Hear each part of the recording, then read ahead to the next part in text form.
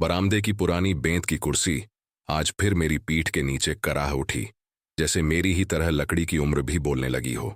बगल में पीतल के केतली में रखा मसाला चाय ठंडा पड़ चुका था। ऊपर हल्की मलाई की झिल्ली बन गई थी और दूर मंदिर की घंटियां शाम की आरती के पहले धीमी धीमी लहरों में आती जाती थीं। बरसात की उमस ने दीवारों पर पुराने कैलेंडर के कोने उठा दिए थे और छत के पंखे की खड़खड़ाहट में मुझे अपने फेफड़ों की थकान सुनाई देती थी। उस सब के बीच ही वाक्य कानों में फिर अटकता रहा। मेरे ही घर में, मेरे ही सामने मुझे ऐसा कहा गया जो उम्र नहीं बल्कि इज्जत को काट कर अलग रख देता है। उसे कहते हुए किसी की पेशानी पर एक रत्ती भी शर्म नहीं दिखी थी। बस इतनी सी बात महसूस हुई कि समय बदल गया है और बदलते समय ने मुझे अपने बोझ की तरह टांग पर लटका लिया है। यही घर जिसके आंगन में कभी सूखे नीम पत्तों पर मेरी पत्नी के पांव की चुन्नटें झूमती थीं, आज उसी आंगन की मिट्टी में मेरे कदम भारी हो रहे थे। एक समय था जब सुबह सुबह चूल्हे के पास इलायची और अदरक का भाप बनता और वह मेरी धुली धोती तख्त पर फैलाकर खिड़की से आती धूप में सहेज देती। अब वही खिड़की है, पर पर्दे का रंग उतरा हुआ है और हवा अंदर आते हुए जैसे मुझे याद दिलाती है कि किसी भी रंग का वक्त पर टिके रहना संभव नहीं। मुझे दूर की ट्रेन की सीटियां भी सुनाई देती हैं, जो रेल की पटरियों पर सरकते हुए किसी अनजान शहर की ओर भागती रहती हैं। कभी कभी लगता है कि ये आवाजें मेरी नसों में दौड़ते खून की अंतिम पुकार हैं। अब भी कहीं जाने की हिम्मत बची है या नहीं, लेकिन उम्र की गिनती में हिम्मत की उम्र अलग होती है। वह फाइलों के बीच दबकर नहीं, खामोशी में बैठकर जीवित रहती है। मैंने आज उसी खामोशी में अपने लिए एक छोटी सी जगह बनाई, जहां न कोई चीख पहुंचे न कोई दया। आंगन की भीगी मिट्टी से गंध उठी, बरखा के पहले का वही परिचित ग्राम्य सूंघन, जिसमें खेत, बैलगाड़ी, धूप की तवे जैसी तपन और मां के गिलास में घुला गुड़, सब कुछ एक साथ मिलकर सांस में उतर जाते हैं। मेरे भीतर कई दरवाजे खुलते बंद होते रहे। एक दरवाजे के पीछे मेरा बचपन था, खड़ाओं की टपटप, पिता की कड़क आवाज और हाथ में छाले के साथ पहली मजदूरी की शाम। दूसरे दरवाजे के पीछे युवावस्था थी, गलियों की चहल पहल, दफ्तर की धूल, छुट्टी के बाद साइकिल पर घर लौटने की जल्दी और पहली बार उस लड़की का चेहरा जो बाद में मेरी पत्नी बनी। तीसरे दरवाजे के पीछे वो साल थे जब मैंने हर महीने कुछ रुपए अलग रखकर यह घर खड़ा किया था, ईंट ईंट जोड़कर, ताकि मेरे बच्चों के लिए छत कभी सवाल न बने। उसी घर के बरामदे में आज मेरा अस्तित्व सवाल बन गया था। उम्र ने मुझे बूढ़ा बनाया, पर किसी ने मुझे बेकार कहना चुन लिया। शब्द हवा में तैरते हुए आए और सामने रखे दिए कि लौ के पास ठहर कर मेरे भीतर उतर गए। वे शब्द नहीं थे, एक निर्णय था, और निर्णय मंदिर की घंटी की तरह एक ही बार नहीं बजता, वह देर तक गूंजता रहता है। मैं उस गूंज के साथ बैठा रहा, जैसे कोई पुराना कीर्ति स्तंभ जिसे गिराने का आदेश हो चुका हो, पर जो बिना शोर गिरना चाहता हो। मैंने अपनी उंगलियों की पोरों को देखा, रेशम जैसा नहीं, खेत की मेढ़ जैसा खुरदरा। इतने वर्षों में इन हाथों ने बोरियों की गांठें खोलीं, टीन की छतों पर कीलें ठोंकीं, मुलाजमत में फाइलें संभालीं और आखिर में इन्हीं हाथों से दहलीज के पत्थर घिसकर चकाचक किए। इसी दहलीज से आज अपनों की चाल छड़ी और उसी पगडंडी से उतरते हुए मेरे लिए जगह छोटी कर दी गई। मुझे ख्याल आया कि उम्र तब खतरे में पड़ती है जब सम्मान की डोरी उसके गले से उतार ली जाए। सम्मान की डोरी अदृश्य होती है, पर जब वह टूटती है गले में घाव छोड़ जाती है। रसोई से हल्दी, जीरा और प्याज टमाटर के तड़के की आवाज आई, पर वह मातृत्व की गर्माहट लेकर नहीं आई। वह औचित्य की आवाज थी, जैसे किसी ने यह तय कर लिया हो कि जो भी करना है बिना भावनाओं के करना है।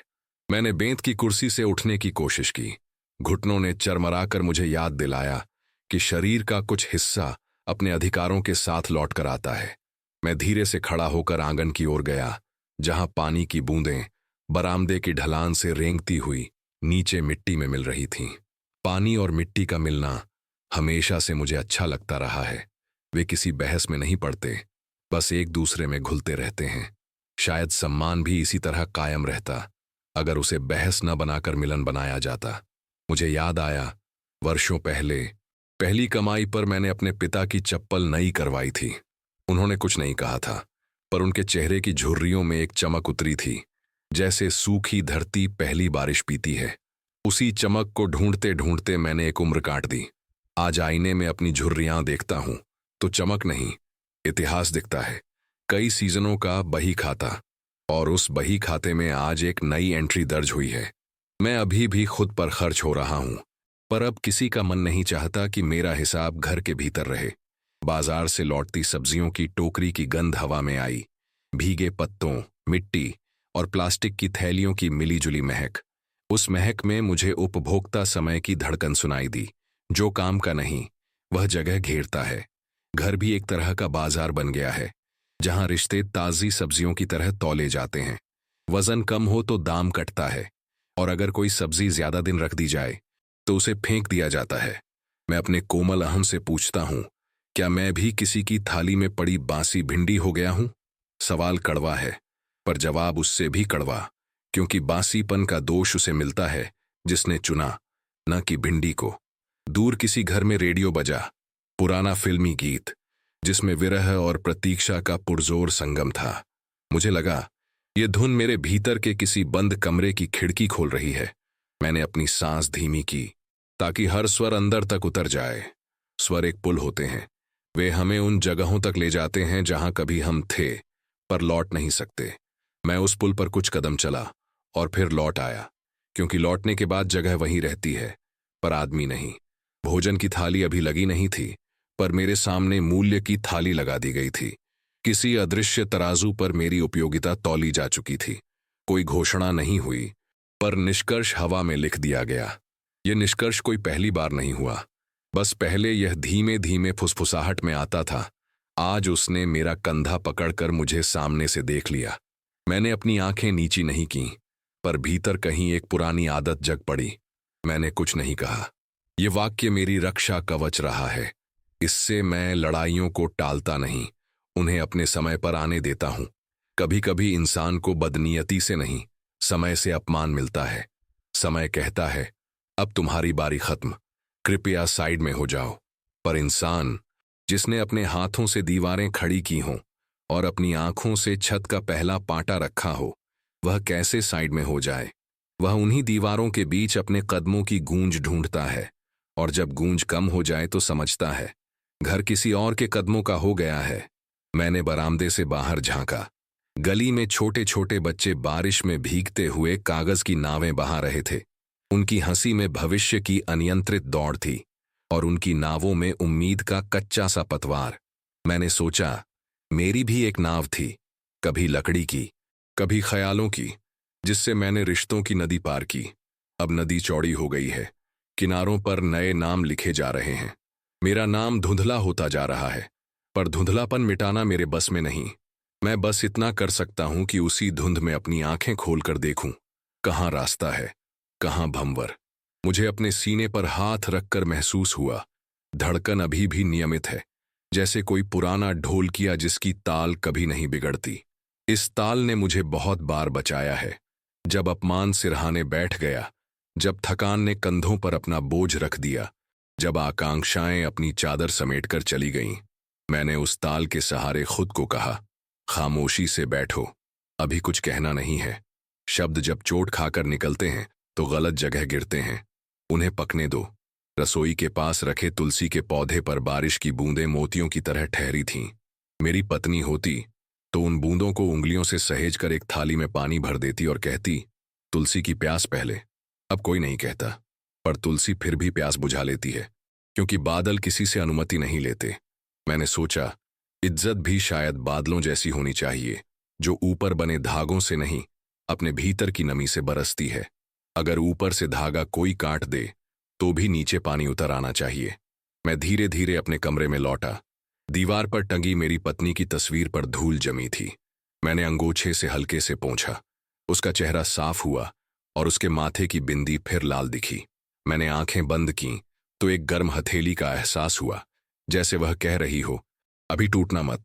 टूटना आसान है, टूटकर बिखरे रहना उससे भी आसान, पर बिखराव से जो धूल उठती है वह बच्चों की आंखों में जाती है।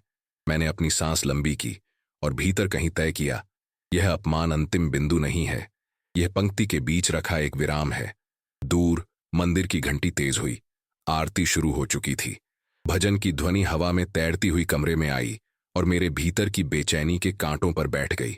मैंने मन में प्रार्थना नहीं की, मैंने बस ध्वनि को अपने पास बैठने दिया।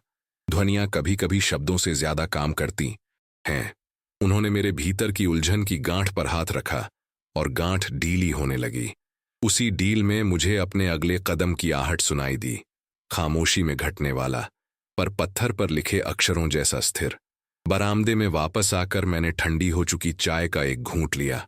स्वाद कड़वा था, पर कड़वाहट में भी एक ईमानदार सच्चाई होती है, वह चीनी से नहीं ढंकती।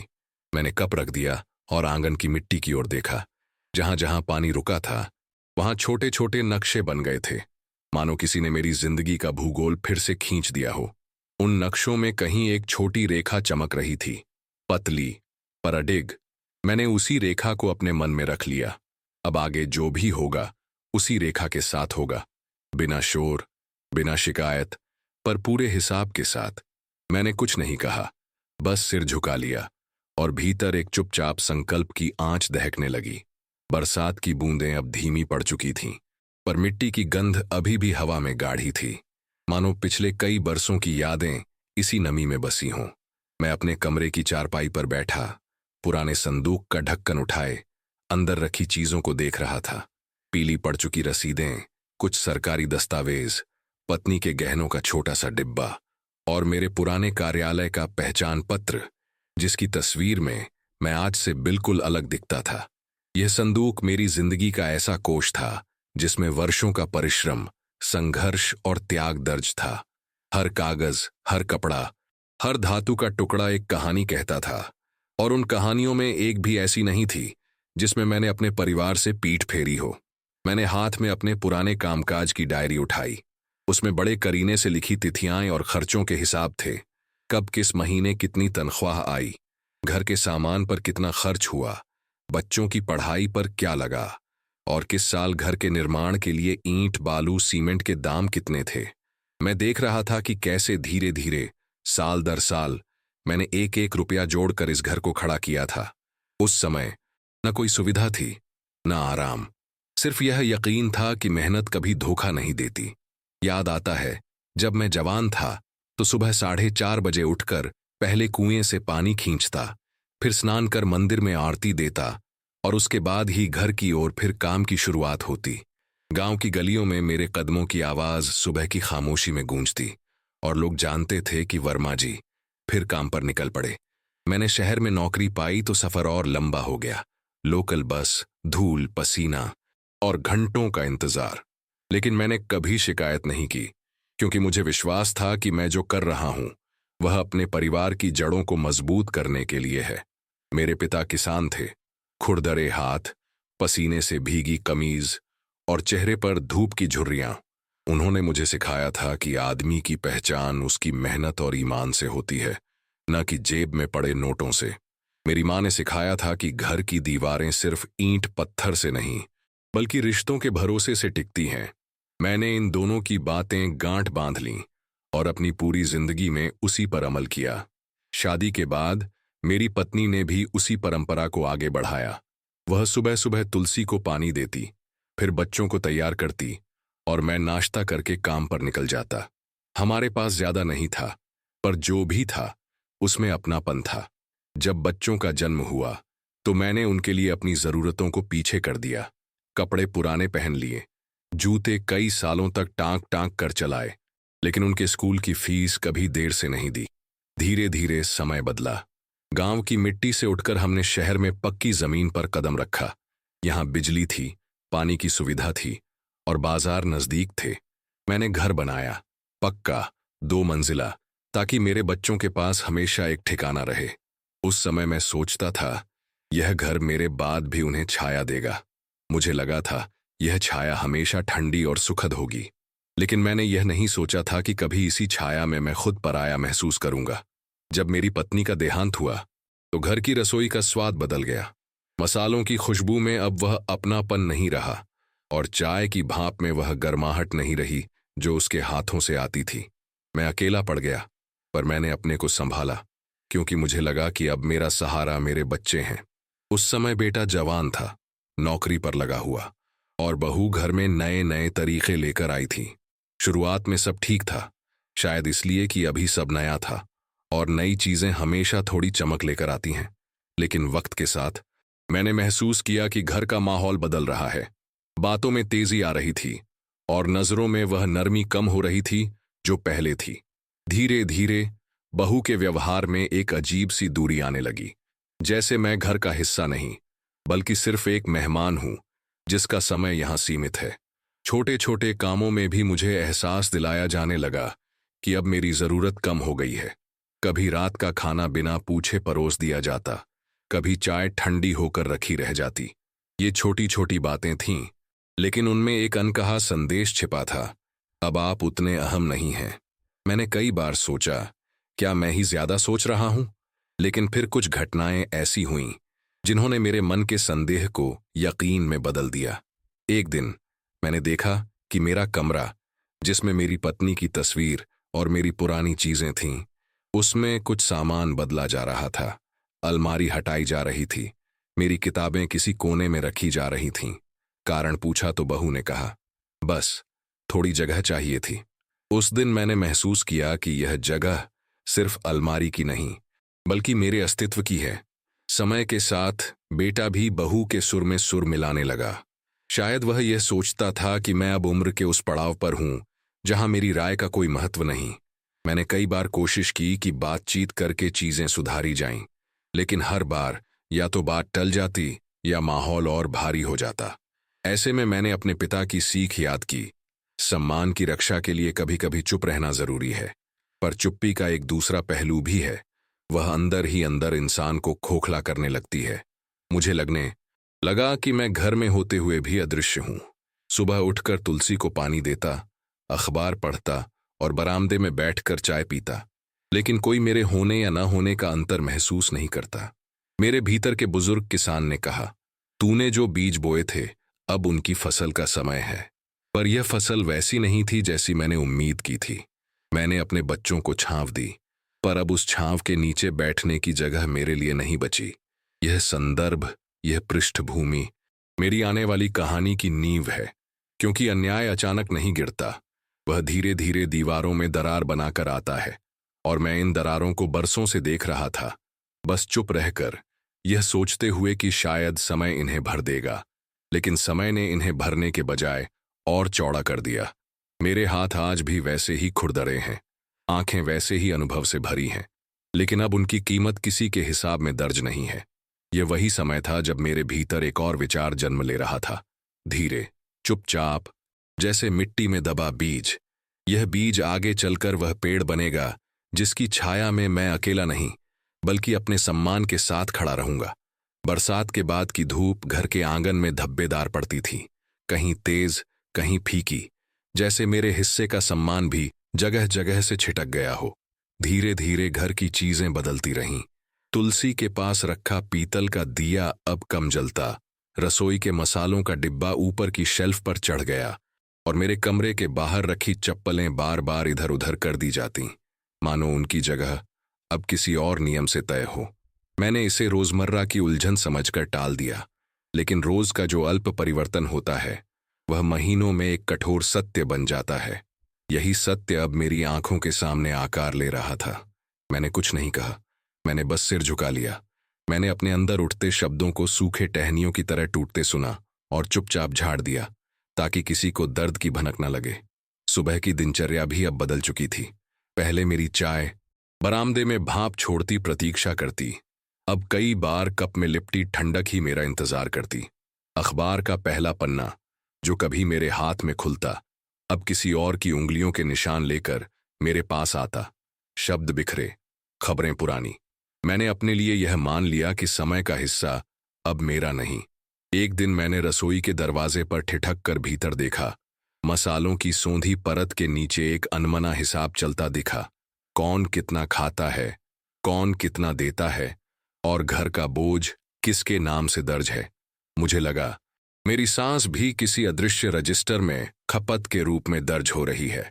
मैं बिना आवाज किए बाहर आ गया। मैंने कुछ नहीं कहा, मैंने बस सिर झुका लिया। महीने की पेंशन जो मेरे हाथ से निकलकर घर की जरूरतों में लगती थी, अब उस पर भी उंगलियां उठने लगीं, जैसे वह नदी का पानी न होकर किसी के निजी कुएं का बंटा हुआ घूंट हो। खर्च का हिसाब मेरे सामने नहीं, मेरे ऊपर लिख दिया गया। मुझे याद आया कि उम्र भर मैंने पैसे को उपयोग की वस्तु माना, घर, पढ़ाई, दवाइयां, त्योहार, सबके लिए। अब लगता था वही पैसा मेरे रहने की उपयुक्तता तय करेगा। मुझे दवा की पर्ची के साथ पर्स का हल्का वजन मिला। पर्ची भरने की गुंजाइश किसी और सूची में जा चुकी थी। मैंने अपने पुराने औषधालय वाले को याद किया। वह बिना कहे सस्ती दवा दे देता था। मैंने उसी से एक पन्ने पर कुछ नाम लिखवा लिए। लौटते वक्त भीतर एक खुरदरी आवाज उठी, अपना इलाज अब अपने दम पर। मैंने कुछ नहीं कहा, मैंने बस सिर झुका लिया। त्योहारों के दिन जब घर में हल्दी और गेंदा खिलते थे, इस साल रंग फीके पड़ गए। लक्ष्मी पूजन की थाली में धान के दाने कम, पर गिनती ज्यादा थी। पहले मेरे हाथ आरती की लौ तक पहुंचते थे। अब ऐसा हुआ कि लौ तक पहुंचने से पहले ही कोई और हाथ आगे आ गया। मैंने इसे पीढ़ी का परिवर्तन मानकर किनारे खड़ा होना उचित समझा, पर भीतर एक जगह हल्की सी जलन रही, जैसे गीली लकड़ी पर चिंगारी रेंगती हो। मिठाई के डिब्बे में से मेरे लिए बचाए गए टुकड़ों की पहचान करते करते मुझे अपने हिस्से का एक छोटा सा स्वाद मिला। मीठा कम, स्मृति ज्यादा। उसी स्मृति ने मेरे गले में एक गांठ छोड़ दी।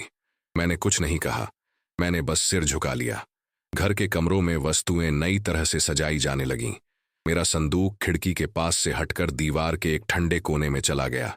पत्नी की तस्वीर, जो पहले मेरे बिस्तर के सामने थी, अब घड़ी के नीचे टंगी, इतनी ऊंचाई पर कि उसकी आंखें सीधे नहीं, तिरछे देखतीं। मैंने अंगोछे से धूल हटाई, पर धूल फिर जमा होती गई, जैसे किसी ने तय कर लिया हो कि स्मृतियों पर धूल की परत ही असली व्यवस्था है। अलमारी की एक तख्ती पर रखी पुरानी डायरी किसी और सामान के बोझ तले दब गई। मैंने उसे निकाल कर रखा। पन्नों की गंध में मुझे मेहनत की सच्चाई मिलती है, पर अगली शाम वह फिर वस्तुओं के ढेर के पीछे खो गई। मैंने कुछ नहीं कहा, मैंने बस सिर झुका लिया। एक शाम जब बिजली चली गई और इन्वर्टर की हल्की रोशनी में घर मध्यम सा तैर रहा था, मैंने बाहर की गली में बच्चों की हंसी सुनी। उनकी नावें सूखे नाले में भी चल जाती हैं। कल्पना के पानी से मुझे अपने पोते पोती की किलकारियां याद आईं, पर अब उनका पार्क में समय बढ़ गया था और मेरे बरामदे का समय घट। वे जब लौटते तो थके हुए चेहरों पर मोबाइल की छोटी सी स्क्रीन का उजाला रहता, मेरी कहानी की लंबी छाया नहीं। मैंने अपने हाथों की लकीरों को देखा। वहीं एक छोटी सी नदी मिली जहां कभी उनके लिए नावें मोड़ी थीं। उस रात मैं देर तक छत के पंखे की धीमी कराह के साथ लेटा रहा। मैंने कुछ नहीं कहा, मैंने बस सिर झुका लिया।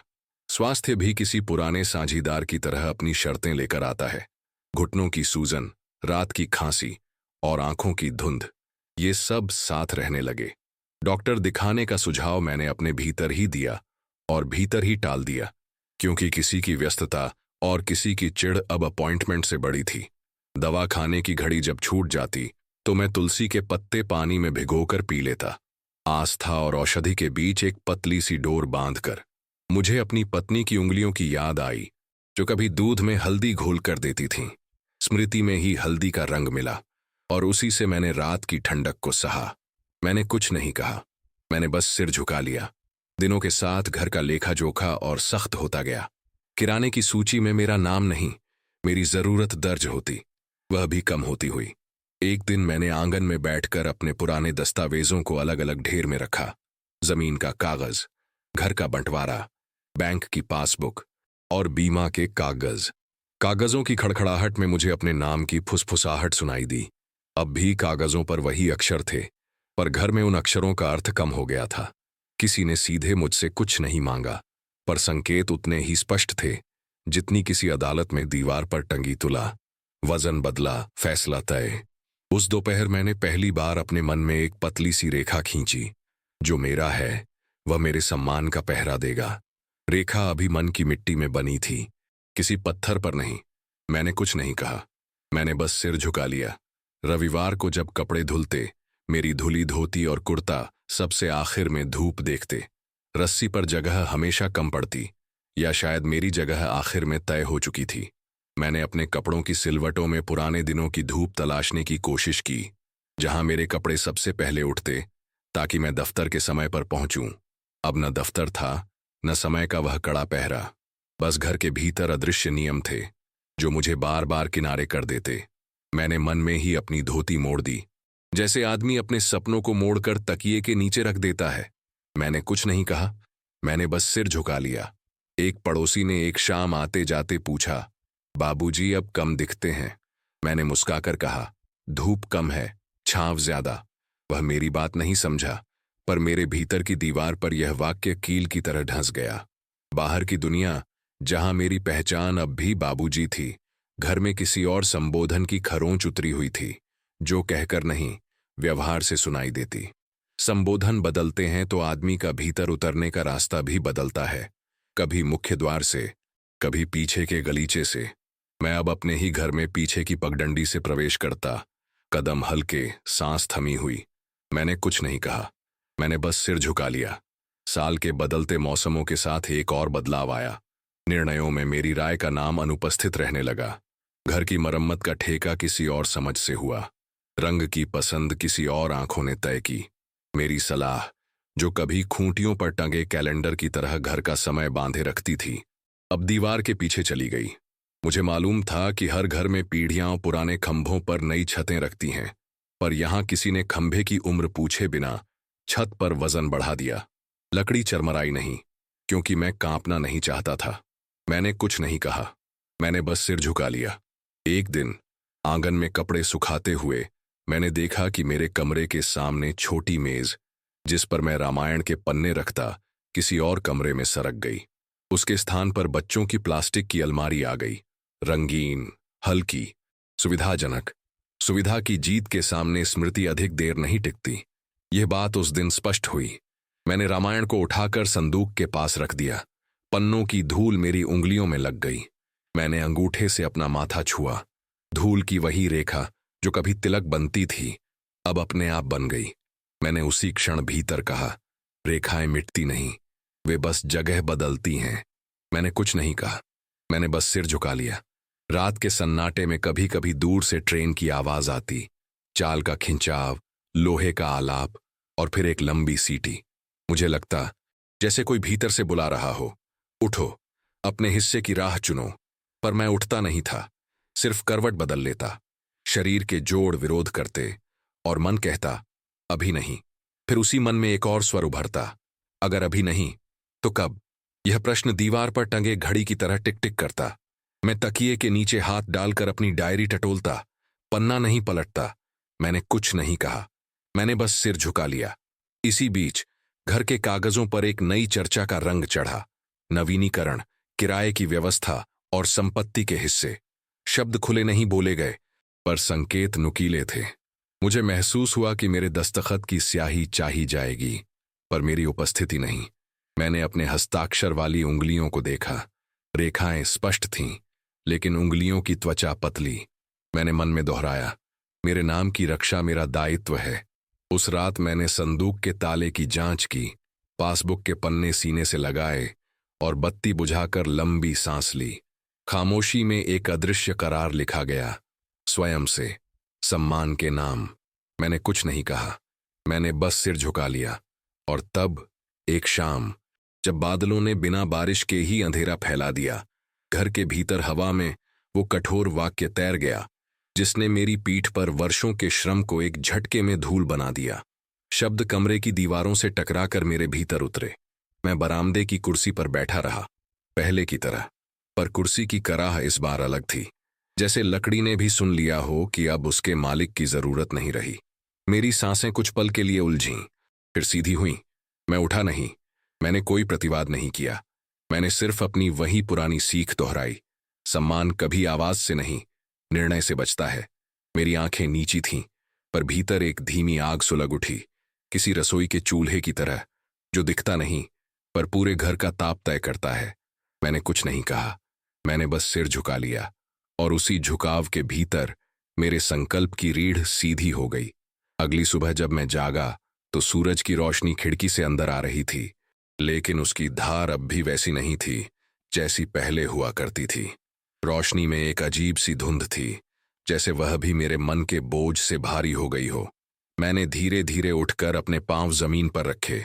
जमीन ठंडी थी, पर ठंड सिर्फ जमीन में नहीं, मेरे भीतर भी थी। आज किसी कारण से मेरी सांसें थोड़ी लंबी थीं, जैसे शरीर किसी अनदेखी तैयारी में जुटा हो। मैंने कमरे के कोने में पड़े संदूक की ओर देखा, जिसके ऊपर हल्की धूल की परत थी। मैंने अंगूठे से ताले का घुमाव महसूस किया। धातु की ठंड ने उंगलियों में एक सिहरन भेजी। ताला खुलते ही पुराने कागजों की गंध बाहर आई, वही गंध जो वर्षों पहले मेरे पसीने और संघर्ष की साक्षी थी। मैंने एक एक कागज उठाकर देखा। जमीन का दस्तावेज, बैंक की पासबुक, बीमा के कागज और मेरी पत्नी के गहनों का डिब्बा। हर वस्तु का अपना वजन था, पर सबसे भारी थे वे कागज जिन पर मेरा नाम लिखा था। यही नाम अब मेरे सम्मान की अंतिम चौकी थी। मैंने इन कागजों को कपड़े में लपेटकर फिर से संदूक में रखा और ताला लगाया। इस बार ताला घुमाते समय मेरी पकड़ पहले से मजबूत थी। नाश्ते की मेज पर आज भी वही दूरी थी। चाय का कप मेरे सामने रखा गया, पर आवाज में वह अपनापन नहीं था। मैंने धीरे धीरे घूंट लिया और कप के तले को देखा। एक हल्की सी दरार जो ऊपर से साफ दिखती भी नहीं थी, पर मैं जानता था कि वह है। यही मेरी स्थिति थी, ऊपर से शांत पर भीतर दरार। मैंने तय कर लिया था कि इस दरार को अब भरने का कोई और नहीं आएगा। मुझे खुद ही ईंट और गारा जुटाना होगा। दिन भर मैं चुपचाप अपने कामों में लगा रहा। बरामदे में बैठकर मैंने एक पुरानी नोटबुक में कुछ बातें लिखनी शुरू की। ये नोटबुक वही थी जिसमें कभी मैंने बच्चों की पढ़ाई का हिसाब रखा था। आज इसमें मैं अपना हिसाब लिख रहा था। कौन सी चीजें मेरी हैं, किन्हें मैं सुरक्षित रखूंगा और किन्हें छोड़ देना ही बेहतर होगा। यह कोई संपत्ति का दस्तावेज नहीं था, बल्कि एक मानसिक नक्शा था मेरे भविष्य का। दोपहर में जब घर के बाकी लोग अपने अपने काम में व्यस्त थे, मैं पास के बाजार की ओर निकल पड़ा। रास्ते में पुराना डाकघर पड़ा, जहां कभी मैं चिट्ठियां भेजने आता था। वहां के एक कोने में वही बुजुर्ग पोस्टमास्टर बैठे थे, जिनसे कभी मैंने जीवन बीमा का फॉर्म भरा था। उन्होंने मुझे देखकर कहा, बाबूजी, बड़े दिन बाद। मैंने बस सिर हिलाया और अंदर जाकर एक पेन और कुछ खाली लिफाफे खरीदे। मेरे मन में यह साफ हो चुका था कि अब शब्दों को कागज पर बांधने का समय आ गया है, ताकि जब मैं बोलूं तो मेरी आवाज सिर्फ हवा में न रह जाए।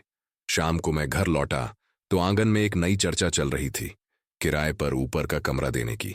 यह बात पहली बार मेरे सामने साफ तौर पर कही गई। मुझे पता था कि इस कमरे में कभी मेरे बेटे की पढ़ाई होती थी और बाद में यह मेरे मेहमानों का कमरा बन गया। अब इसे उपयोगी बनाने का समय आ गया था। उपयोगी, ये शब्द मेरे कानों में किसी हथौड़े की तरह लगा। मैंने मन में ठान लिया कि अब मैं सिर्फ इस घर का हिस्सा नहीं रहूंगा, बल्कि इसका संरक्षक बनूंगा, जैसा मैंने इसे बनाया था। रात को मैंने रामायण का वह पन्ना खोला जिसमें विभीषण का प्रसंग था, कैसे उसने सही का साथ देने के लिए अपने ही भाई से अलग राह चुनी। यह पढ़ते हुए मुझे अपनी स्थिति का प्रतिबिंब दिखा। विभीषण ने युद्ध चुना था। मुझे लड़ाई नहीं चाहिए थी, पर अपने सम्मान की रक्षा जरूरी थी। उस रात मैंने तय कर लिया कि मैं अपने हिस्से की राह अलग करूंगा, पर बिना शोर शराबे के। अगले दिन मैंने अपने पुराने मित्र मिश्रा जी को बुलाया। वे न सिर्फ मेरे मित्र थे, बल्कि कानूनी मामलों में भी समझ रखते थे। बरामदे में बैठकर हमने चाय पी और धीरे धीरे मैंने उन्हें अपनी स्थिति बताई। मिश्रा जी ने ध्यान से सुना, फिर कहा, देखिए बाबूजी, यह समय है कि आप अपने कागजों को सही जगह सुरक्षित रखें। जो आपका है वह आपके नाम पर ही रहना चाहिए। उनके शब्द मेरे मन में पत्थर की लकीर की तरह दर्ज हो गए।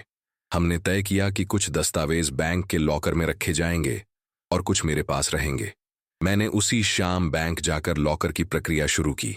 वहां पहुंचकर जब मैंने हस्ताक्षर किए तो मुझे लगा जैसे मैं सिर्फ एक फॉर्म नहीं भर रहा, बल्कि अपने जीवन का नया अध्याय लिख रहा हूं। घर लौटकर मैंने महसूस किया कि अब मेरे भीतर पहले जैसी असहायता नहीं थी। एक हल्की सी ऊर्जा थी, जैसे किसी ने बुझते चूल्हे में दोबारा लकड़ी डाल दी हो। मैंने तय किया कि आने वाले दिनों में मैं और स्पष्ट कदम उठाऊंगा, पर यह आसान नहीं था। अगले कुछ हफ्तों में माहौल और तनावपूर्ण हो गया। मेरे निर्णयों पर ताने दिए जाने लगे। अब तो बाबूजी बहुत सतर्क हो गए हैं, या कागजों की इतनी चिंता पहले तो नहीं थी। मैं मुस्कुराकर सब सुनता, पर भीतर जानता था कि यह वही सही राह है जिसे मुझे पकड़ना है। एक शाम जब सभी लोग टीवी देख रहे थे। मैंने अपने कमरे में बैठकर उन चिट्ठियों को लिखा जो मैंने डाकघर से खरीदे लिफाफों में डालनी थीं। ये चिट्ठियां मेरे भरोसेमंद लोगों को थीं, मित्रों, रिश्तेदारों और एक पुराने शिक्षक को, जिन्होंने मुझे जीवन में आगे बढ़ने की प्रेरणा दी थी।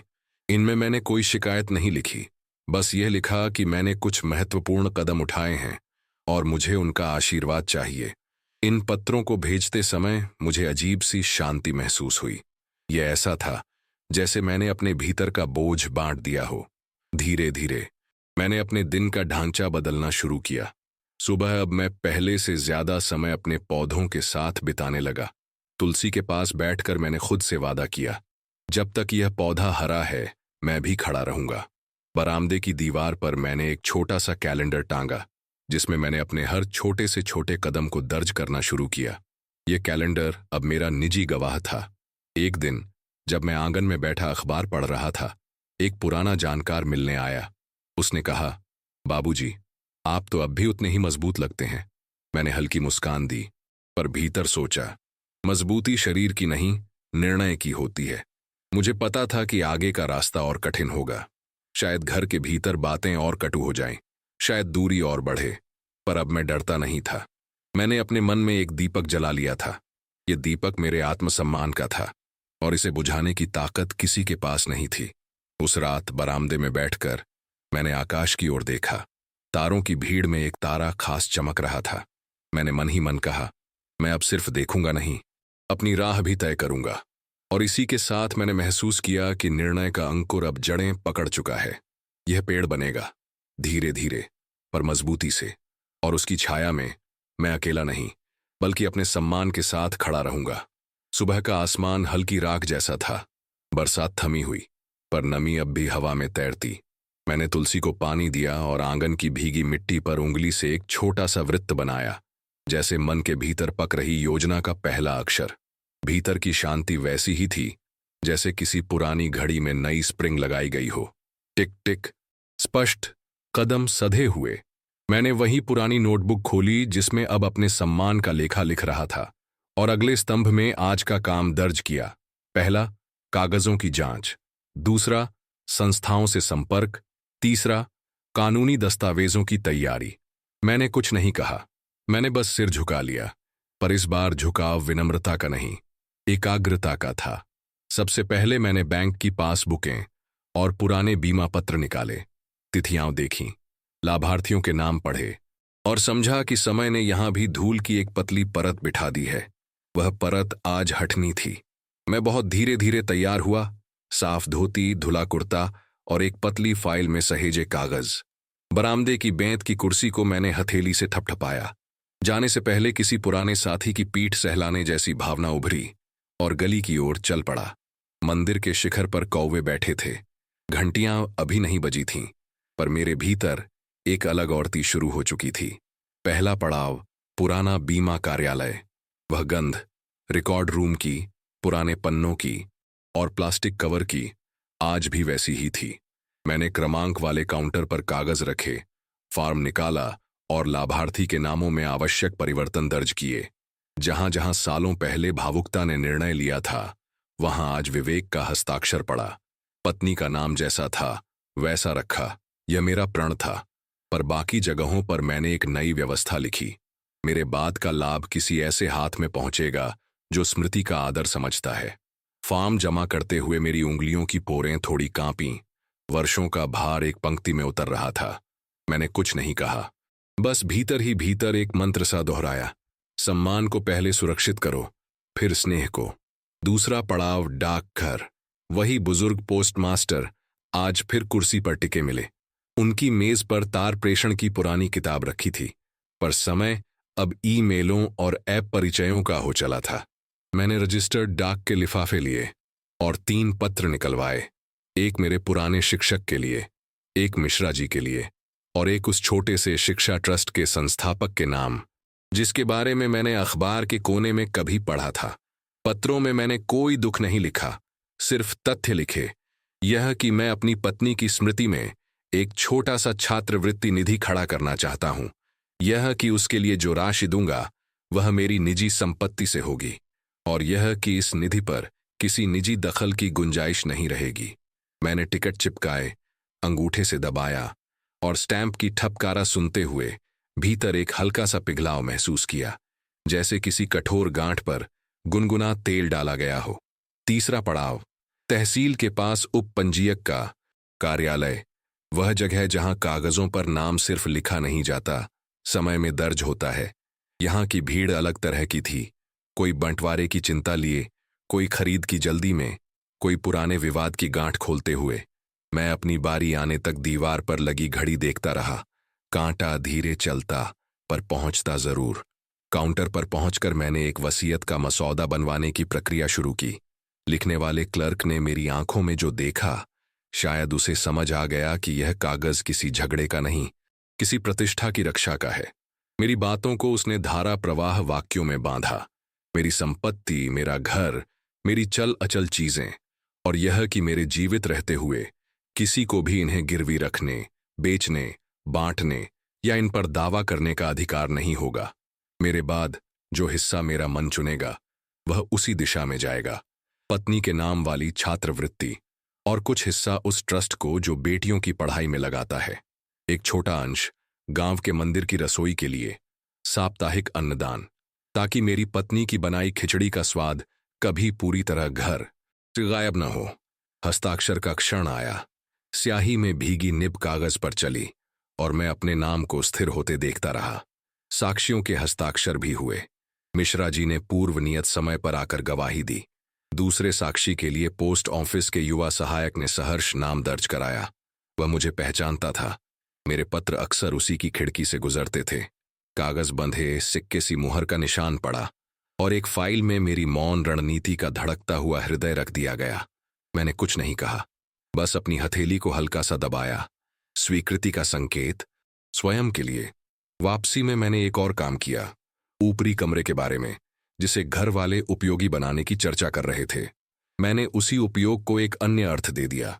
पास के स्कूल के प्रधानाचार्य से मिलकर तय किया कि उस कमरे में हर शाम मोहल्ले की लड़कियों के लिए निःशुल्क ट्यूशन केंद्र चलेगा। मेज कुर्सियां स्कूल के पुराने स्टोर से आएंगी। पंखे की मरम्मत मैं कराऊंगा और महीने की बिजली का बिल मेरी पेंशन से सीधे भुगतान होगा। एक परिचारिका जो पास ही रहती थी, वह चाबी और साफ सफाई देखेगी। उसके बदले उसे मासिक मानदेय मिलेगा। प्रधानाचार्य ने कृतज्ञता जताई। मैंने सिर झुका दिया और वापस चल पड़ा। यह व्यवस्था किसी घोषणा के लिए नहीं थी। यह मेरी छत को फिर से छाया बनाने का तरीका था। घर लौटते ही मैंने 2 छोटे परिवर्तन और किए। अपने बैंक खाते में स्वचालित भुगतान की व्यवस्था, ताकि दवा, गैस और कुछ आवश्यक वस्तुओं की होम डिलीवरी समय पर आती रहे। और रसोई के लिए एक सादा सा टिफिन सिस्टम, जो मंदिर के रसोई घर से दोपहर की थाली भेज देता। इससे मेरी निर्भरता कम हुई, और जहां निर्भरता घटती है, वहां अपमान के लिए बचा हुआ स्थान सिकुड़ता जाता है। बरामदे की कुर्सी पर बैठकर मैंने यह सूची नोटबुक के अगले पृष्ठ पर लिख दी। व्यवस्था का बीज अब छोटी छोटी जड़ों में टूटकर हर तरफ फैल रहा था। अगले दिन मैंने संदूक से अपनी पत्नी के गहनों का डिब्बा निकाला। उसमें ज्यादा कुछ नहीं था। कांच की चूड़ियां, चांदी की पायल और सोने की पतली सी चेन। गहनों की कीमत बाजार तय करता है, पर स्मृतियों का मूल्य मन। मैंने चेन के लिए एक अलग लिफाफा बनाया। यह छात्रवृत्ति निधि की पहली राशि बनेगी। पायल मंदिर के अन्नदान को जाएगी। ये मेरी निजी श्रद्धांजलि होगी। चूड़ियां मैंने संभाल कर रख दी। उनकी खनक अब भी वैसी ही थी जैसे कभी मेरी पत्नी की हंसी। डिब्बा बंद करते समय उंगलियों में हल्का सा कंपन आया। त्याग और संरक्षण के बीच कोई पतली रेखा होती है। आज मैं उसी पर चल रहा था। दिन बीतते गए और घर की हवा में एक अस्पष्ट सी बेचैनी घुलने लगी। कागजों की हलचल, बैंक लॉकर की पर्चियां और ऊपर के कमरे में शाम के वक्त बच्चों की चहल पहल, इन सब ने घर की पहले वाली स्थिर रफ्तार को बदल दिया। बदलाव जब बिना घोषणा के आता है तो वह दीवारों पर पहले हल्का सा धुंध रचता है, फिर धीरे धीरे अक्षरों में ढल जाता है। उसी धुंध में कुछ कान फड़फड़ाए, संकेत पहचान में आ गए थे। मैंने फिर भी कुछ नहीं कहा। मैं अपनी दिनचर्या में पहले से अधिक सधा हुआ रहा।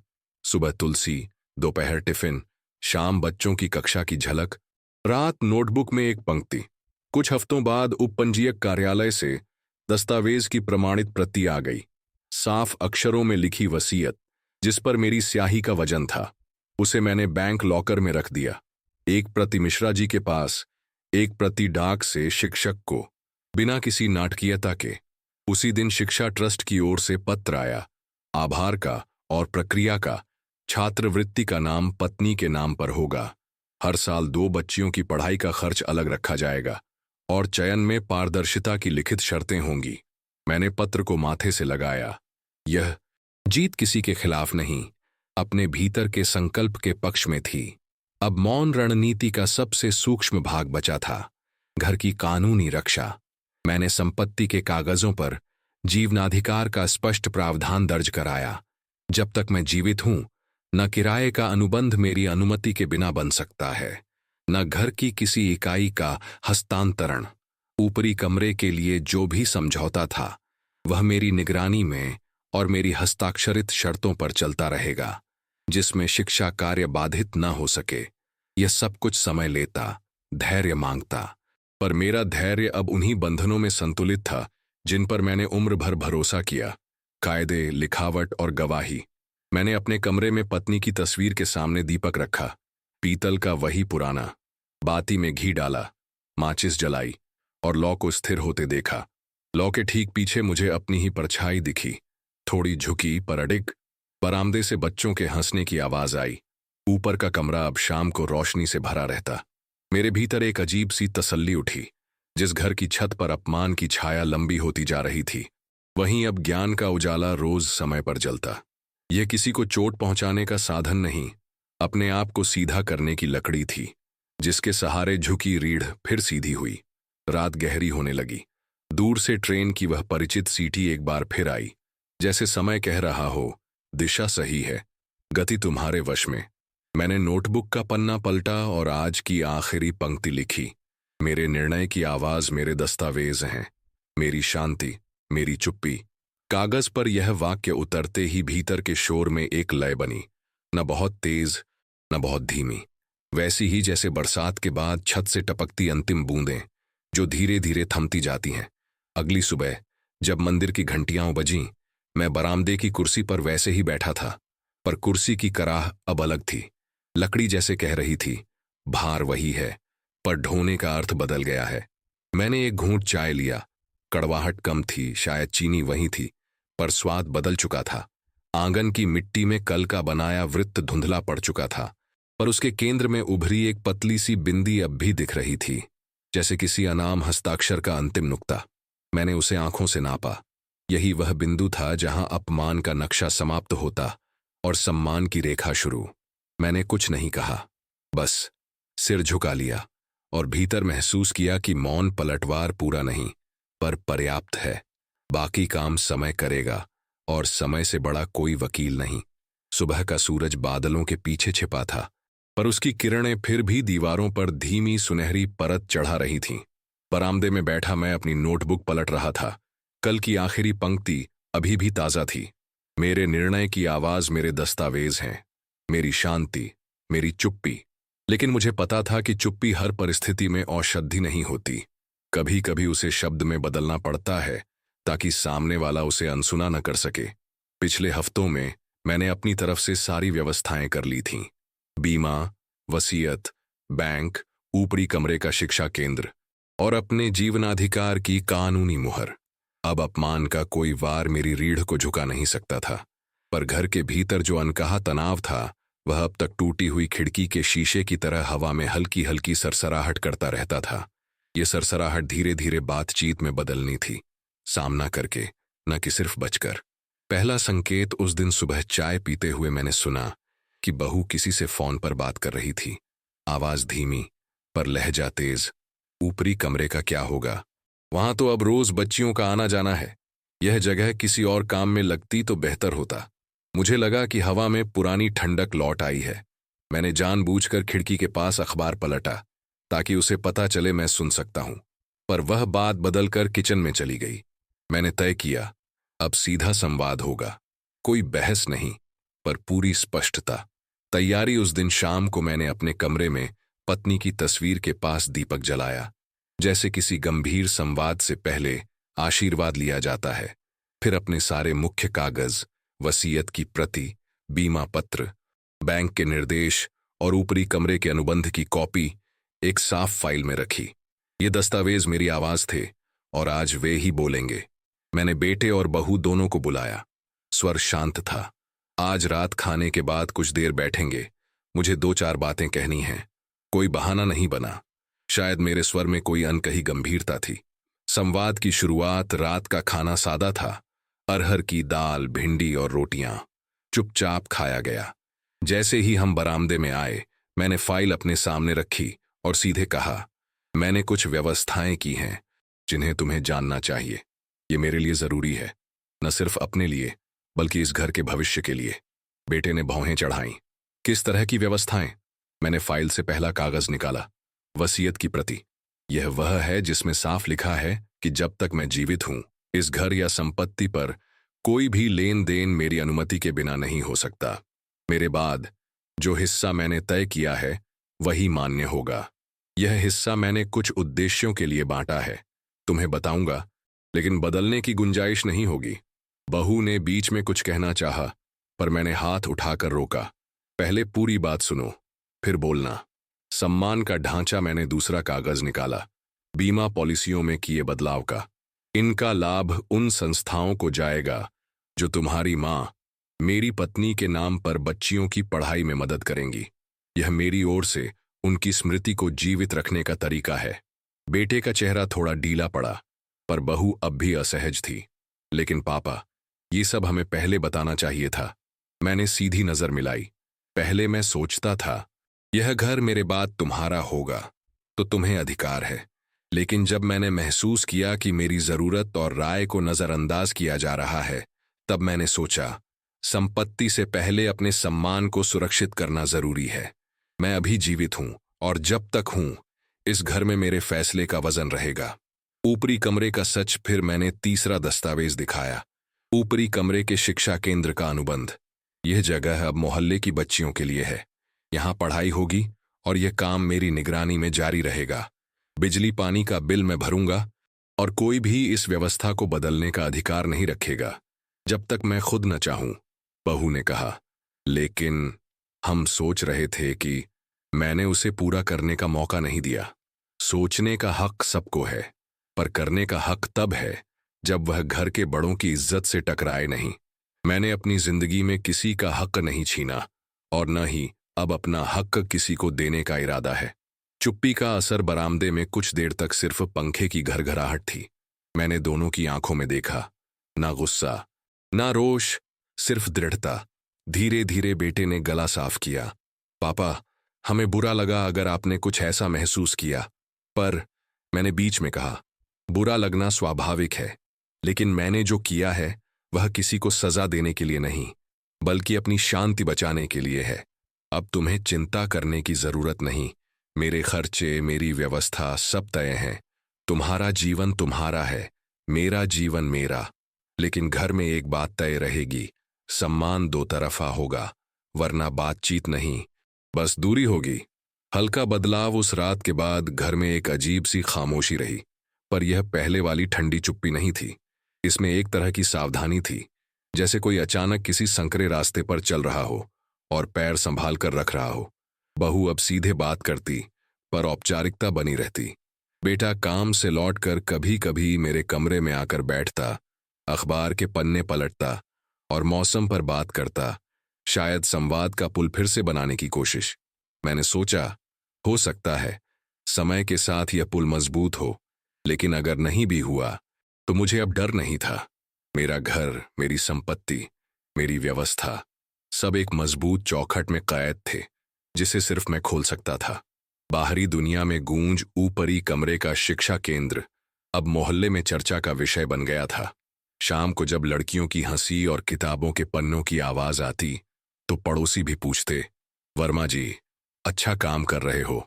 मैं मुस्कुरा देता, बस अपनी पत्नी की याद को जिंदा रख रहा हूं। मिश्रा जी हफ्ते में एक बार आते, बच्चों से बात करते और चाय पर पुरानी यादें ताजा करते। वह कहते, तुमने जो किया है वह लोग अपने आखिरी दिनों में सोचते हैं, पर तुमने समय रहते कर लिया। मैं बस सिर हिला देता, कुछ फैसले वक्त से पहले करने में ही भलाई है, ताकि बाद में पछतावा न हो। आत्मिक संतुलन। रात को जब मैं पत्नी की तस्वीर के सामने दीपक रखता तो अब लौ थोड़ी और स्थिर लगता जैसे वह भी जानती हो कि मैंने अपमान के साए को अपने दरवाजे से दूर कर दिया है। नोटबुक के पन्ने भरते जा रहे थे। अब उसमें सिर्फ योजनाएं नहीं, बल्कि हर दिन की एक छोटी सी संतोष की पंक्ति होती। मैं जानता था यह कहानी यहीं खत्म नहीं होती। जीवन में नए मोड़ आते रहेंगे और लोग बदल सकते हैं, बेहतर या बदतर, पर मैंने अपने हिस्से की तैयारी कर ली थी। अब अगर कभी फिर सामना हुआ तो मेरे पास शब्द भी होंगे, दस्तावेज भी, और वह शांति भी जो तब आती है जब आदमी अपने भीतर और बाहर दोनों जगह एक मजबूत दरवाजा लगा देता है। और उस रात बरामदे में बैठा, ट्रेन की दूर की सीटी सुनते हुए, मैंने महसूस किया मैंने अपने मुकाम तक पहुंचने के लिए लंबा रास्ता तय किया है, पर यह मुकाम पूरी तरह आखिरी नहीं है। यह बस वह जगह है जहां से मैं अपने सम्मान के पहरेदार के रूप में अगला पहरा शुरू कर रहा हूं। बरसों से मैंने पाया है कि किसी भी तूफान का असली शोर उसके आने से पहले नहीं, उसके गुजरने के बाद दीवारों पर रह जाने वाली नमी में छुपा होता है। पिछले दिनों की बातचीत के बाद घर की दीवारें वैसी ही नम लगती थीं, कहीं कहीं उखड़ी प्लास्टर की तरह भीतर की सच्चाई खुली पड़ी थी। मैं बरामदे की कुर्सी पर बैठा तुलसी के पत्तों पर गिरती धूप की झिलमिल देखता और भीतर के तापमान को मापता। ज्यादा गर्मी नहीं चाहिए, कम गर्मी काम नहीं करती। सम्मान की आंच ठीक ठाक होनी चाहिए ताकि भोजन पक भी जाए, जल भी न जाए। ऊपरी कमरे का शिक्षा केंद्र अब अपने छोटे से ढांचे में व्यवस्थित हो चला था। शाम ढलने लगती तो लड़कियों के बैग की पट्टियां सीढ़ियों पर टकराती, कापियों की गंध आंगन में उतर आती और शब्द, गणित की संख्याएं, हिंदी की संधियां, अंग्रेजी के छोटे वाक्य हवा में तैरते हुए मेरी कुर्सी तक पहुंचते।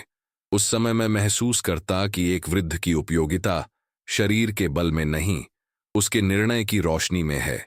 भीतर कहीं पत्नी की मुस्कान उगती, जैसे किसी आटे की लोई में उंगलियों का निशान अब भी गर्मी संभाले हो। लेकिन जो शांति मुझे भीतर से मिल रही थी, वही शांति घर के दूसरे हिस्से में किसी संदेह की तरह फैलने लगी। संदेह अक्सर खाली जगह ढूंढता है, जहां संवाद नहीं, वहां वह अपना डेरा डाल देता है। मैंने गौर किया कि खाने की मेज पर अब आंखें कम मिलती हैं, पर निगाहें ज्यादा टकराती हैं। निशब्द तनाव की यह धुंध किसी न किसी बिंदु पर बारिश मांगती है, भरपूर, साफ, उजला देने वाली। उस सुबह जब मंदिर की घंटियां आरती से पहले धीमे धीमे गूंज रही थीं, मुझे डाकिये ने एक पंजीकृत पत्र थमाया। तहसील से मेरी वसीयत की प्रविष्टि का औपचारिक पुष्टिकरण। कागज पर स्याही ताजा थी, मुहर की धार स्पष्ट, भाषा सादी, अर्थ तीखा। मैंने कागज को धीरे से मोड़कर फाइल में रखा और उस फाइल को संदूक के छोटे खाने में सरका दिया। ताले की जीभ जब खट से लगी, मुझे लगा जैसे भीतर की धड़कन ने अपनी लय एक बार और दुरुस्त कर ली हो। दिन चढ़ा ही था कि घर के भीतर का तनाव पहली बार खुले शब्दों के बिना खुले संकेतों में बदल गया। किसी ने ऊपरी कमरे के दरवाजे पर ताला उलटा लटका दिया। ऐसा नहीं कि खुल न सके, पर इतना कि आने जाने वालों का मन खिन्न हो। लड़कियां लौटीं, शिक्षक ने संदेश भेजा। मैंने अपनी चाबी से ताला घुमाकर दरवाजा खोला, कमरे की धूल झाड़ी और खिड़की की चौखट पर टिककर कुछ देर खड़ा रहा, जैसे किसी समीकरण में गलत चिन्ह मिटाकर सही चिन्ह लिखता है कोई। उस क्षण मुझे साफ पता चल गया, मेरी मौन रणनीति अब अपनी सबसे तीखी धार दिखाएगी, पर बिना क्रोध, बिना शोर। मैंने उसी दिन 2 काम किए। पहला, प्रधानाचार्य को संदेश भेजा कि शिक्षा केंद्र के लिए एक अतिरिक्त चाबी उनके पास रहे, ताकि किसी भी बाधा की स्थिति में कक्षा समय पर लगे। दूसरा, अपने जीवनाधिकार के प्रावधान की नोटरी प्रमाणित प्रति सीढ़ियों के पास एक पारदर्शी पॉकेट में टांग दी। यह घोषणा नहीं थी, यह व्यवस्था का दर्पण था। जो देखना चाहें देख लें, जो समझना चाहें समझ लें। कागज दीवार पर जस का तस था, पर उसका अर्थ हवा में बह चुका था। शाम को कक्षाएं समय पर लगीं। बच्चों की आवाज ने इस निर्णय पर अपनी मुहर लगा दी। कुछ दिन बाद एक और झोंका आया, बिजली का बिल, जो शिक्षा केंद्र के समय में बढ़ती खपत का हिसाब दिखा रहा था। मैंने पेंशन के खाते से स्वचालित भुगतान पहले ही सक्रिय कर दिया था। इस बार भुगतान से पहले अपने ऊपर एक हल्की मुस्कान आई। खर्च जब स्वेच्छा से किया जाए तो वह बोझ नहीं होता, वह वही दीपक है जो संध्या समय स्वयं को खपत कर रोशनी देता है।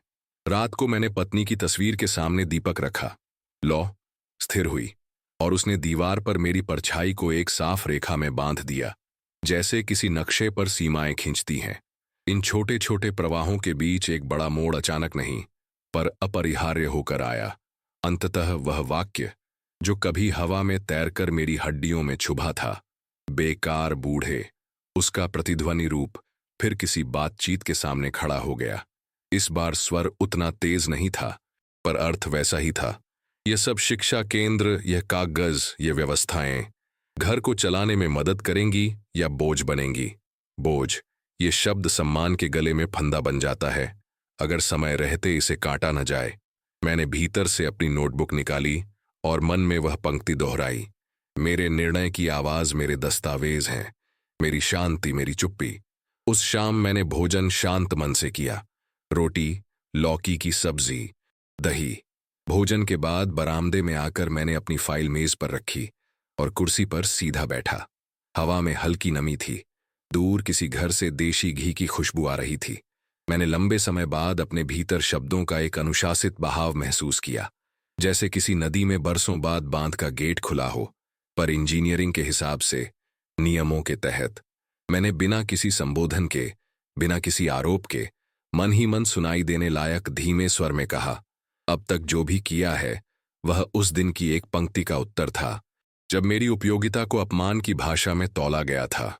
मैं बोझ नहीं, बोझ उठाने की विधि हूं, क्योंकि सम्मान बोझ नहीं, अनुपस्थित रहने पर घर पर पड़ने वाला सबसे बड़ा ब्याज होता है। मेरी चुप्पी दंड नहीं है, मेरी चुप्पी उस ब्याज को रोकने की तकनीक है। फिर मौन रहा। मौन से बड़ी तर्कशाला मैंने नहीं देखी। कोई सवाल नहीं पूछा, पर कई जवाब हवा में घुल गए। उस रात आश्चर्य यह कि बरामदे से उठते समय मेरी कुर्सी ने कराह नहीं की। लकड़ी जैसे जान गई हो कि भार अब पहले जैसा नहीं, वजन वही है, पर थामने का कोण बदल गया है। अगले सप्ताह एक और लहर आई। गांव से मेरे पुराने साथी का पत्र। उसने लिखा था कि उसने अखबार में छात्रवृत्ति का छोटा सा विज्ञापन देखा और नाम पहचान कर आंखें भर आईं। उसने यह भी लिखा कि गांव के प्राथमिक विद्यालय में शनिवार को खिचड़ी बांटी जाती है, और उसने मेरे नाम से बच्चों को एक प्याली ज्यादा परोसी। पत्र का कागज साधारण था, पंक्तियां टेढ़ी मेढ़ी, पर अर्थ की सीध लकड़ी की शहतीर जैसी। मैंने पत्र संदूक में पत्नी की तस्वीर के पास रखा। कुछ स्मृतियों को किताब में नहीं, हवा में रखा जाता है, ताकि वे सांस के साथ अंदर बाहर जा सकें। उसी दिन, जैसे समय ने कलम का नया निब लगा दिया हो, तहसील से एक और सूचना आई। मेरे जीवनाधिकार प्रावधान की प्रविष्टि नगर पालिका के संपत्ति रजिस्टर में परिलिखित है। इसका मतलब यह था कि किसी भी संभावित किराएदारी, गारंटी, गिरवी या हस्तांतरण का पहला स्तंभ मेरे हस्ताक्षर हैं। मैं जानता था कागज मनुष्यों को नहीं बदलते, पर वे सीमाएं खींचते हैं जिनके भीतर बदलना पड़ता है। यही सीमाएं अब घर की हवा में अदृश्य पर आबाद थीं। शाम ढली। शिक्षा केंद्र की खिड़की से रोशनी फूट रही थी। कापियों पर पेंसिलें खटखट कर रही थीं। एक बच्ची सीढ़ियों पर उतरते हुए ठोकर खा गई। मैं उठकर बरामदे के छज्जे तक गया। उसने उठकर अपने कपड़े झाड़े और हंस दी। उस हंसी में मुझे कई सालों का भूला साहस मिला। कमजोर कदम भी बार बार उठने से रास्ता सीख लेते हैं। सम्मान भी, वह गिरता है, उठता है, फिर गिरता है, और अंत में उसे गिराने वाले हाथ थक जाते हैं। उस रात मैंने नोटबुक में सिर्फ 5 शब्द लिखे। मौन की धार पर्याप्त थी। यह वाक्य किसी घोषणा की तरह नहीं, भीतर के न्यायाधीश की टिप्पणी जैसा था। संक्षेप, ठोस और अंतिम बहस से परे। मैं जानता था कि कहानी अभी पूरी नहीं। जीवन के पन्ने कभी आखिरी नहीं होते। पर चरम यही था जहां मैंने अपने अपमान को दूसरे के दोष में नहीं, अपने निर्णय के आकार में बांध दिया। देर रात, जब ट्रेन की सीटी नहीं आई और आकाश में बादलों ने तारों को ओढ़ लिया, मैं पत्नी की तस्वीर के पास बैठा रहा। दिया बुझ चुका था। बाती पर धुआं अभी भी धीमे धीमे उठ रहा था, ठीक वैसे जैसे पुरानी आदतें धीरे से छूटती हैं। मैंने हथेली से धुएं को फैलाया, कमरे की हवा में उसे घुलते देखा, और तब भीतर बहुत धीमे पर बहुत साफ शब्द उभरे। मैं अब अपने घर में मेहमान नहीं, अधिष्ठाता हूं, जो दरवाजे पर खड़ा नहीं, चौखट बनकर टिकता है। सुबह जब आई तो बरामदे की मिट्टी पर रात की ओस मोती बनकर चमक रही थी। मैंने झुककर एक छोटे बिंदु को छुआ, ठंडा पर जीवित। मुझे लगा मेरी कहानी की रेखा अब वहीं से ऊपर उठ रही है जहां वह कभी झिझक से झुक गई थी। इस उठान में शोर नहीं, सिर्फ लय है, वही लय जो किसी बूढ़े ढोलकिए की हथेलियों में आखिरी तक बनी रहती है। मैंने तुलसी को पानी दिया और आकाश की तरफ देखते हुए मन ही मन कहा, अब बाकी जो भी है वह समापन नहीं, संभार है। वस्तुओं का नहीं, अर्थों का। और इस संभार में मेरे पास वही सबसे मजबूत औजार है, मेरा शांत पर अडिग निर्णय। सुबह की पहली रोशनी खिड़की से भीतर आई, कमरे में पीली और हल्की सी गर्माहट घोलते हुए। चिड़ियों की चहचहाहट, दूर मंदिर की घंटियों की मधुर ध्वनि और मसाला चाय की खुशबू, इन तीनों ने मिलकर उस दिन को किसी पुराने सुखद समय की तरह बना दिया। पर मुझे पता था कि यह दिन किसी और कारण से विशेष होगा।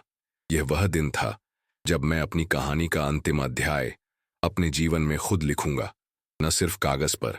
अप्रत्याशित आगमन उस सुबह बेटा मेरे कमरे में आया। उसके चेहरे पर असहज सी गंभीरता थी। बिना कुछ कहे उसने मेरे पास एक लिफाफा रखा।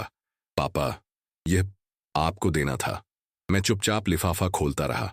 उसमें बैंक की एक चेकबुक और एक छोटा सा पत्र था। उसने लिखा था कि वह अपने वेतन का एक निश्चित हिस्सा हर महीने मेरे खर्चों और शिक्षा केंद्र के लिए अलग रखेगा। उसकी लिखावट में कहीं अपराध बोध, कहीं सुधार की कोशिश झलक रही थी। मैं जानता था यह अचानक बदलने का चमत्कार नहीं, बल्कि उन हफ्तों की चुप्पी और स्पष्ट सीमाओं का असर था। शिक्षा केंद्र का उन्माद ऊपरी कमरे में उस दिन सामान्य से अधिक भीड़ थी। मोहल्ले के लोग आए थे, कोई किताबें दे रहा था, कोई कुर्सियां। मिश्रा जी ने छोटी सी पट्टिका लाकर लगाई, सुनीता स्मृति बालिका शिक्षा केंद्र। उस नाम को पढ़ते हुए मेरी आंखें भर आईं, पर मैंने आंसू बाहर नहीं आने दिए। मेरे अंदर कहीं पत्नी की मुस्कान महसूस हुई, जैसे वह कह रही हो, देखा, अब यह घर फिर से किसी सही काम के लिए जिंदा है। घर के भीतर की हवा बहू अब पहले जैसी तेज आवाज में नहीं बोलती थी।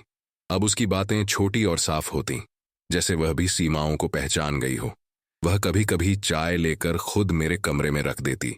शब्द नहीं बदलते, पर लहजे की कठोरता में थोड़ी नरमी आई थी। मुझे एहसास हुआ कभी कभी सम्मान शब्दों से नहीं, बल्कि उस तरीके से लौटता है जिससे लोग आपका सामना करते हैं। पुराने कागज, नया अर्थ। शाम को मैंने अपनी पुरानी नोटबुक के पहले पन्ने को देखा। वह पन्ना जिस दिन बेटे ने मुझे बेकार बूढ़ा कहा था।